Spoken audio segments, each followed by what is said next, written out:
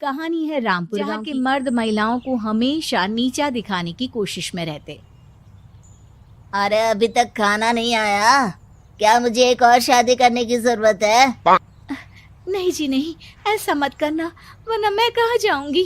खाना लेकर मैं अभी आई जी। गांव की पंचायत में भी फैसले हमेशा औरतों के खिलाफ ही रहते। मैं जो फैसला सुनाता हूँ वो भगवान की आज्ञा होती है। इस लड़के ने अपने मन से शादी करके अच्छा नहीं किया।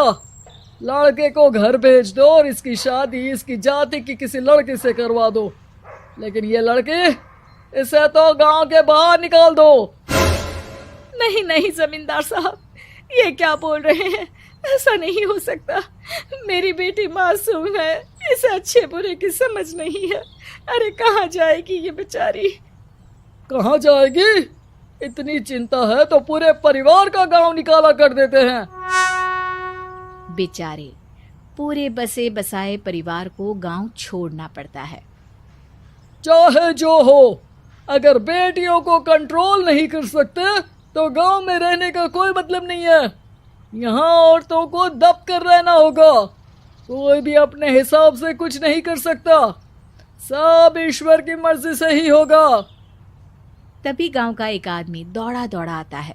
सरपंच साहब, जमींदार साहब, वो कालिया है ना, उसकी बेटी पढ़ने के लिए शहर जा रही है। अच्छा, ये कब हो गया? और कालिया की हिम्मत कैसे हो गई ऐसा करने की? लेकर आओ उसे और उसकी बेटी को। बस फिर क्या था, हाजिर हो जाते हैं कालिया और उसकी बेटी सरपंच के सामने। अरे कालिया, ये क्या सुनने में आ रहा है? बेटी को इंजीनियर बना रहा है तू? और ये बता, गांव में तो स्कूल नहीं है, फिर कहां से इतनी क्लास पास कर गई तेरी बेटी? राधा, जो कि कालिया की बेटी है, उसे लगता है कि सरपंच उसकी तारीफ कर रहे हैं। सरपंच जी, मैंने ऑनलाइन पढ़ाई की है, डिस्टेंस लर्निंग से। सभी में मैंने अच्छे नंबर पाए हैं, जिसे देखते हुए शहर की इंजीनियरिंग कॉलेज में मुझे स्कॉलरशिप मिली है। वाह जी वाह, क्या होती है ये? पहले तो ये बताओ, फिर आगे की बात करते हैं। पूरा गांव राधा की बात सुन रहा था और राधा बोलती जा रही थी। तो ऐसे मैं फ्री में एक अच्छी शिक्षा लेकर गांव में जो कुछ परेशानियां हैं, जैसे बिजली, पानी और इंटरनेट जैसी समस्याओं के लिए काम करूंगी। मैं गांव को शहर से जोड़ने के लिए पुल का निर्माण करवाने का प्रस्ताव रखूंगी। मुझे पूरी उम्मीद है कि जल्द ही हमारा गांव भी तरक्की की राह पर चल पड़ेगा। राधा की बात सुनकर सारे गांव वाले ताली बजाने लगे। सरपंच को समझ नहीं आता कि वो क्या करे। चुप रह नादान लड़की, गांव के खिलाफ जाने के लिए तुझे गांव से बेदखल कर दिया जाएगा, वो भी पूरे परिवार के साथ। और हाँ, अगर ठीक से गांव में रहना चाहती है तो ये पढ़ाई लिखाई छोड़ दे। हम तेरे लिए गांव का कोई होनहार लड़का देखेंगे। तभी गांव का एक आदमी बोल पड़ता है। अरे नहीं नहीं सरपंच जी, राधा बिटिया जो बता रही है, अगर वैसा हो जाए तो हम लोगों को पैसा कमाने के लिए बाहर नहीं जाना पड़ेगा। हाँ जी, और ना ही कोसों दूर पानी के लिए भटकना पड़ेगा। हमारे बच्चे भी अच्छी पढ़ाई कर सकेंगे और आगे बढ़ेंगे, ना कि हमारी तरह खेती करते बैठेंगे। क्यों गांव वालों, राधा बिटिया का साथ देना चाहिए ना। सरपंच देखता है कि गांव राधा के साथ है तो वो चुप हो जाता है। घर आकर अपने सलाहकार से बात करता है, जो बहुत ही चालाक किस्म का इंसान होता है। अरे सरपंच साहब, आपको बहुत ही होशियारी से काम लेना पड़ेगा। एक बार गांव तरक्की कर गया, यहाँ के बालक पढ़ लिए तो कोई ना पूछेगा आपको। और फिर ये जो बेटा और बेटी है ना आपके, इनको भी आम लोगों की तरह ही जीवन जीना होगा। हाँ, लेकिन करे तो क्या करे?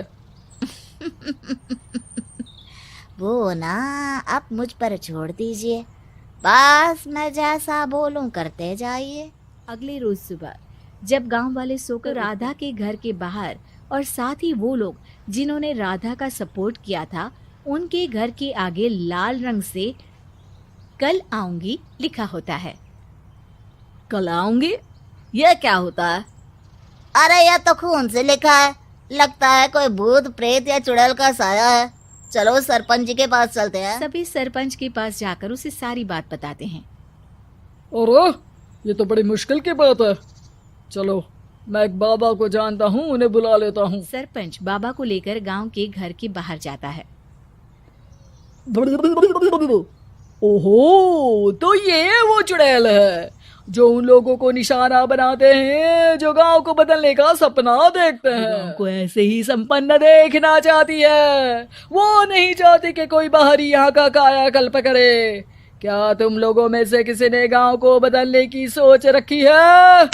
तभी राधा की माँ रोते रोते आती है। मेरी राधा घर से गायब हो गई है। अरे कोई तो बचाओ, मेरी बच्ची कहाँ गई?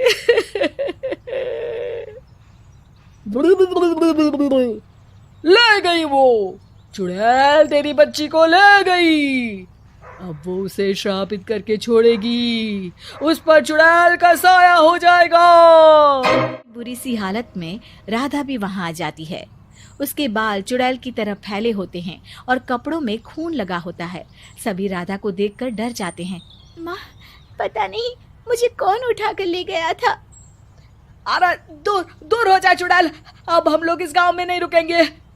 अरे कैसे बातें कर रहे हैं आप? कल तो आप मेरे भरोसे गांव का हुलिया बदलने, अपने बच्चों को पढ़ाने और तरक्की उन्नति की बात कर रहे थे, तो आज क्या हो गया आपको? ये फिर तुम लोगों को बहकाएगी। ये चुड़ैल गांव में आ चुकी है, ऐसे ही ये तुम्हारे घर के बच्चों को भी ले जाएगी। गांव वाले राधा को गांव से बाहर निकाल देते हैं। उसके माँ बाप रोते रहते हैं, लेकिन गांव वाले नहीं मानते।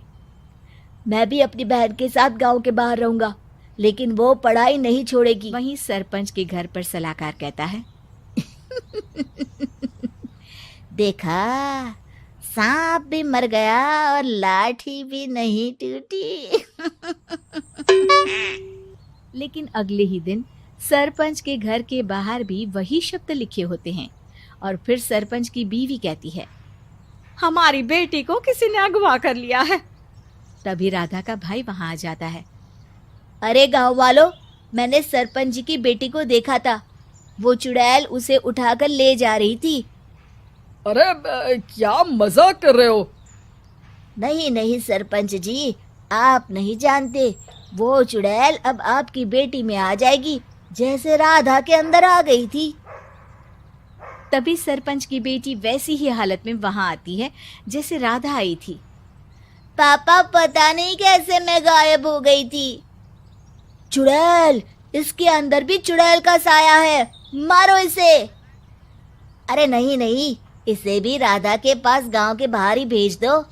अरे चुप रहो, मेरी बेटी कहीं नहीं जाएगी और चुड़ैल वुड़ैल कुछ नहीं होता है। अरे कैसे बात कर रहे हो सरपंच जी?